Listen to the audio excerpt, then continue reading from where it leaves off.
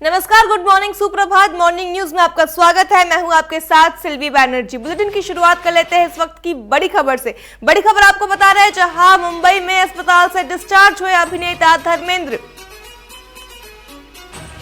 बेटे बॉबी देओल के साथ पहुंचे घर। ब्रीच कैंट अस्पताल में थे भर्ती। बड़ी खबर आपको बता रहे हैं, जहां अभिनेता धर्मेंद्र हॉस्पिटल से डिस्चार्ज हुए, बेटे बॉबी देओल के साथ घर पहुंचे एक्टर धर्मेंद्र देओल। ब्रीच कैंट अस्पताल में भर्ती थे एक्टर। इसके साथ ही घर पर ही चलेगा इलाज, ये कहना है डॉक्टरों का।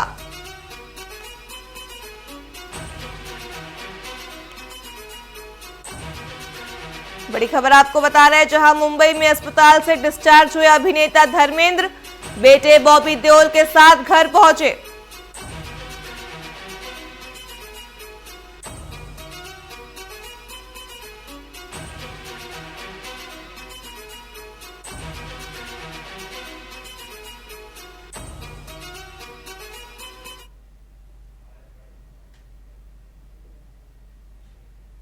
रुक कर लेते अगली बड़ी खबर का।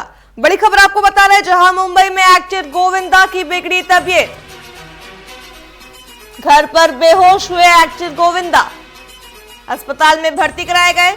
इसके साथ ही डॉक्टरों ने किए कई टेस्ट, रिपोर्ट का इंतजार। हालत बताई जा रही स्थिर।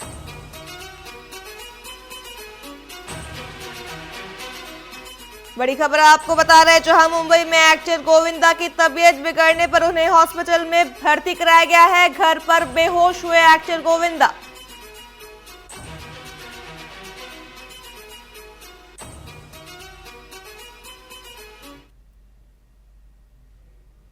अगली बड़ी खबर का रुख कर लेते हैं, जो भोपाल से है। राजधानी भोपाल से आपको बड़ी खबर बता रहे हैं, जहां सीएम डॉक्टर मोहन यादव के आज के कार्यक्रम कुछ इस प्रकार है।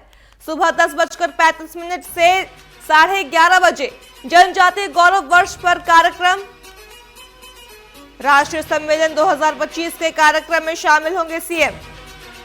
दोपहर 1 बजे लाडली बहनों को राशि ट्रांसफर करेंगे सीएम डॉक्टर मोहन यादव। इसके साथ ही कई विकास कार्यों का लोकार्पण करेंगे।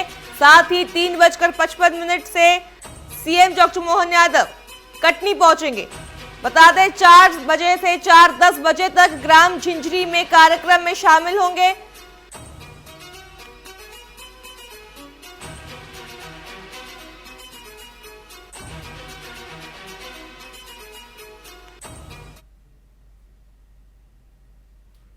खबरों का रुख कर लेते हैं। खबर रायसेन से है, जहां रायसेन में मंगलवार को मध्य प्रदेश विधानसभा अध्यक्ष नरेंद्र सिंह तोमर पहुंचे, जहां उन्होंने कई कार्यक्रमों में हिस्सा लिया और शोक संवेदनाएं व्यक्त की।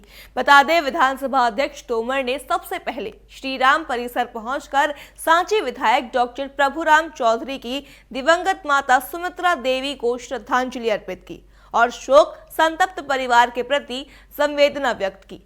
इसके बाद उन्होंने भाजपा कार्यालय में पूर्व मुख्यमंत्री स्वर्गीय सुंदर लाल पटवा के 101वीं पुण्यतिथि पर उनके चित्र पर पुष्पांजलि अर्पित की।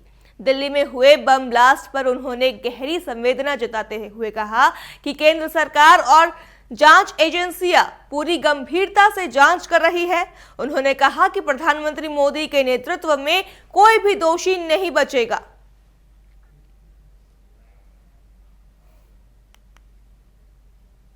प्रधानमंत्री जी ने संज्ञान लिया है। गृह मंत्री जी और पूरी गृह मंत्रालय की टीम गहन जांच कर रही है।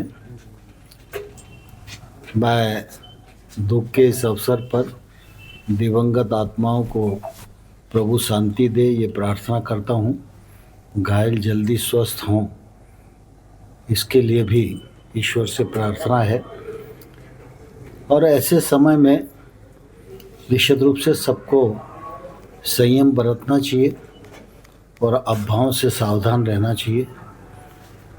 मोदी जी जब प्रधानमंत्री हैं तो आप ये मान के चलो कोई भी दोषी बचेगा नहीं। और प्रधानमंत्री जी ने देश को आश्वस्त किया है और जल्दी ही परिणाम। अब बात करते हैं श्योपुर की। तो श्योपुर में किसानों के मुआवजे की मांग को लेकर बड़ा प्रदर्शन देखने को मिला।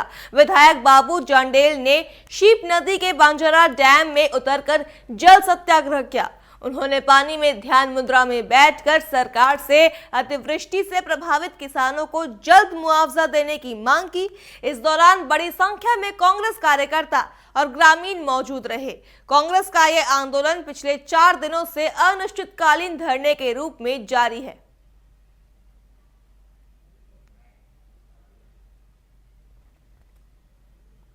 प्रकाश मीणा ने आत्महत्या करके अपने जीवन समाप्त कर लिया है। इतने पे भी हमारा आज ये चौथा दिन है, तो हम गूंगी बेरी सरकार को मैं नाहन कर रहा हूँ, जल सत्याग्रह कर रहा हूँ। जब तक किसानों का मुआवजा नहीं मिलेगा, किसानों का कर्जा माफ नहीं होगा, जब तक मेरा आंदोलन जारी रहेगा। किसान अन्नदाता है, ये मैं किसानों को भगवान मानता हूँ। जो किसान राष्ट्र को अन्न पैदा करके खिलाता है। रतलाम जिले के जावरा में गौ रक्षक दल और हिंदू संगठनों ने नगर पालिका का घेराव कर गौ संरक्षण को लेकर 5 प्रमुख मांगों का ज्ञापन सौंपा। संगठनों ने चेतावनी दी कि 5 दिनों में कार्रवाई नहीं हुई तो आंदोलन किया जाएगा। मुख्य मांगों में आवारा गायों को गौशाला भेजना, मृत गायों का विधिवत अंतिम संस्कार और लापरवाह पशु मालिकों पर कार्रवाई शामिल है। प्रदर्शन के दौरान माहौल शांतिपूर्ण रहा, लेकिन गौ प्रेमियों ने प्रशासन की लापरवाही पर नाराजगी व्यक्त की।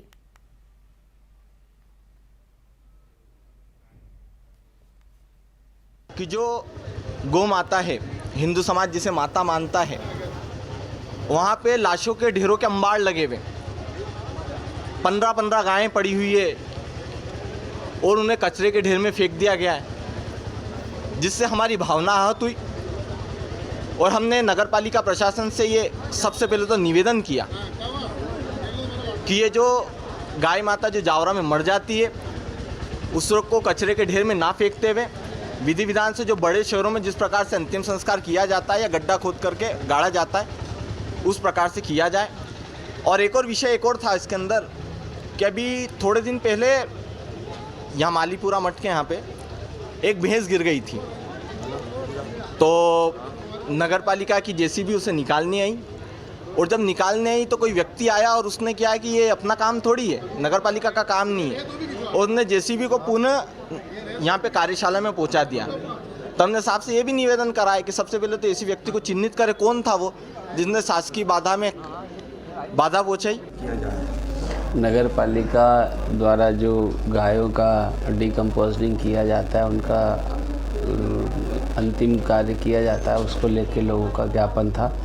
नगर पालिका द्वारा प्रयास किए जाएंगे कि उनकी जो समस्याएं हैं गायों को लेकर, उसका शीघ्र समाधान किया जाए। खनियांदाना विकासखंड के अतिथि शिक्षकों ने पिछले 7 महीने से वेतन न मिलने पर नाराजगी जताई है। शिक्षकों ने बीईओ खनियांदाना को ज्ञापन सौंपते हुए चेतावनी दी कि अगर 7 दिनों के भीतर लंबित वेतन का भुगतान नहीं किया जाता है तो वे बीईओ कार्यालय पर धरना प्रदर्शन करेंगे। शिक्षकों ने कहा कि नवंबर 2024 से वेतन नहीं मिला है, जिससे उन्हें आर्थिक परेशानियों का सामना करना पड़ रहा है। प्रशासन ने शीघ्र समाधान का आश्वासन दिया।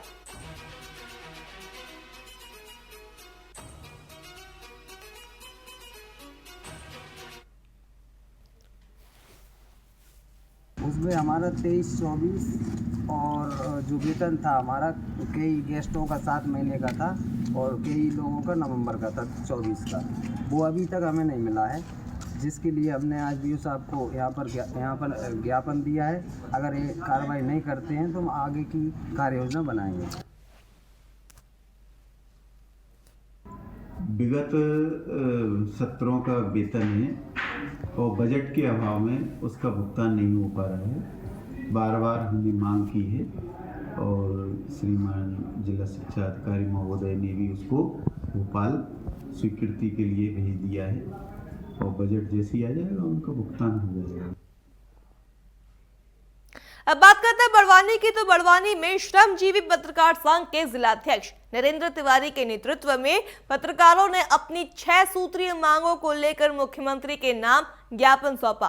पत्रकार सुरक्षा कानून लागू करने, पत्रकार भवन निर्माण सहित कई बिंदुओं पर मांगे रखी गई। इसके साथ ही ज्ञापन तहसीलदार हितेंद्र भावसर को सौंपा गया है। बता दें, इस दौरान बड़ी संख्या में पत्रकार मौजूद रहे। संघ का कहना है कि सरकार को पत्रकारों की समस्या पर गंभीरता से विचार करना चाहिए।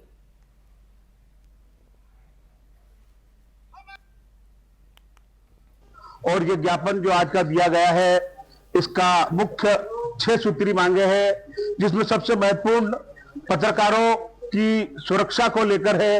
पत्रकार सुरक्षा कानून मध्य प्रदेश में लागू हो, ताकि पत्रकार सत्ता से टकराता है, पत्रकार ताकतवर लोगों से टकराता है तो उस पर संकट आते हैं, तो उस समय पत्रकार सुरक्षा कानून कवच के रूप में काम करे।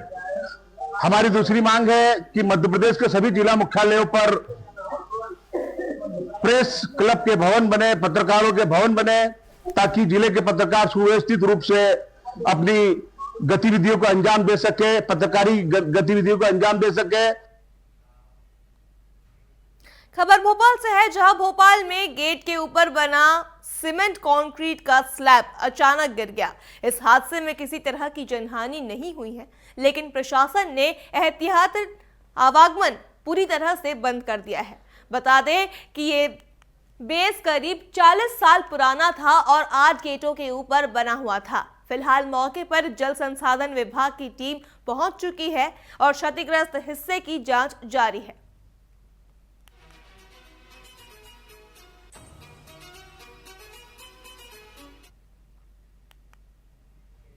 वही बात करें ग्वालियर में, तो ग्वालियर में बीती रात बोलेरो सवार बदमाशों ने ऑटो चालक को गोली मार दी। झगड़ा बोलेरो और ऑटो में हुआ टक्कर से शुरू हुआ था, जो बढ़ते बढ़ते फायरिंग तक पहुंच गया। गोली ऑटो चालक के पैर में लगी, जिसे जेएच ट्रॉमा सेंटर में भर्ती कराया गया है। पुलिस ने बोलेरो कार के मालिक और चालक को पकड़ लिया है और पूछताछ जारी है। फिलहाल पुलिस अन्य आरोपियों की तलाश में लगी है।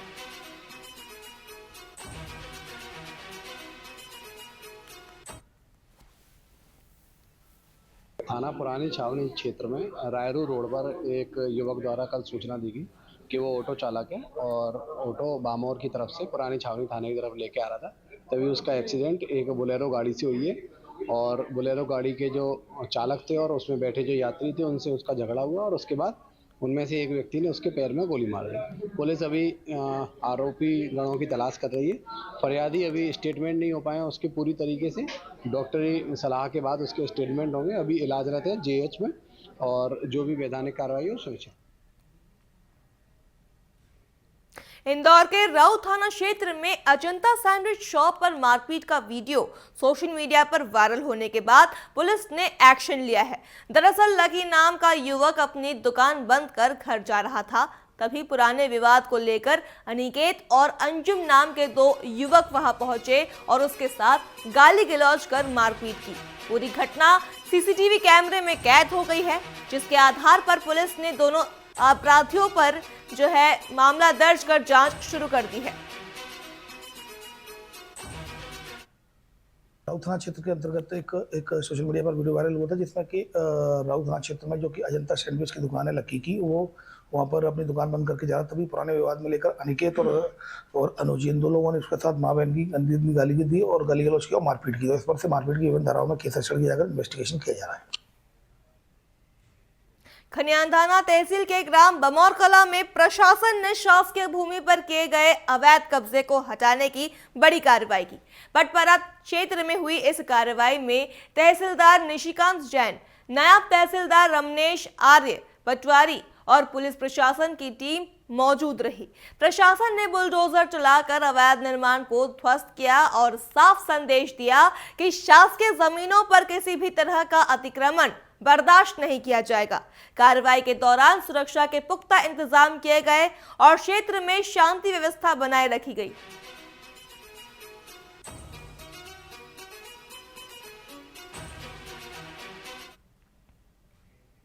मनावर थाना परिसर में 11 लावारिस बाइकों की नीलामी की गई है।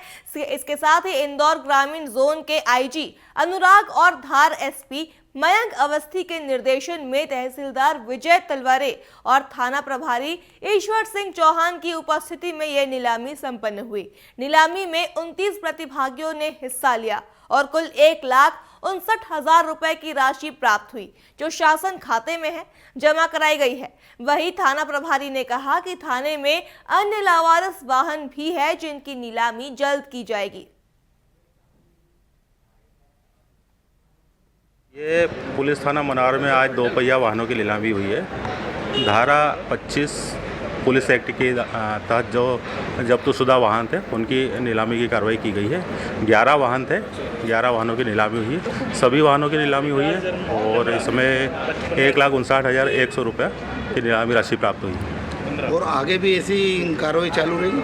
हाँ, आगे भी कार्रवाई होती रहेगी। जो भी जब्तशुदा वाहन आएंगे शासन के नियम प्रक्रिया के अनुसार कार्रवाई चालू रहेगी। कटनी के किड्स केयर स्कूल में आज रंग, संगीत और संस्कृति से सजा मंच नजर आया। अवसर था विद्यालय के 31वें वार्षिक सांस्कृतिक समारोह का, जिसमें नन्हे मुन्ने बच्चों ने अपनी शानदार प्रस्तुतियों से सबका दिल जीत लिया। कार्यक्रम की शुरुआत मां सरस्वती की वंदना से हुई।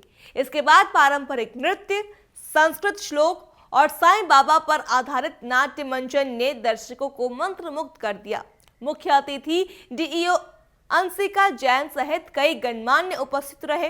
अतिथियों ने बच्चों की प्रतिभा की सराहना करते हुए विद्यालय परिसर को शुभकामनाएं दी और उत्कृष्ट प्रदर्शन करने वाले बच्चों को सम्मानित किया।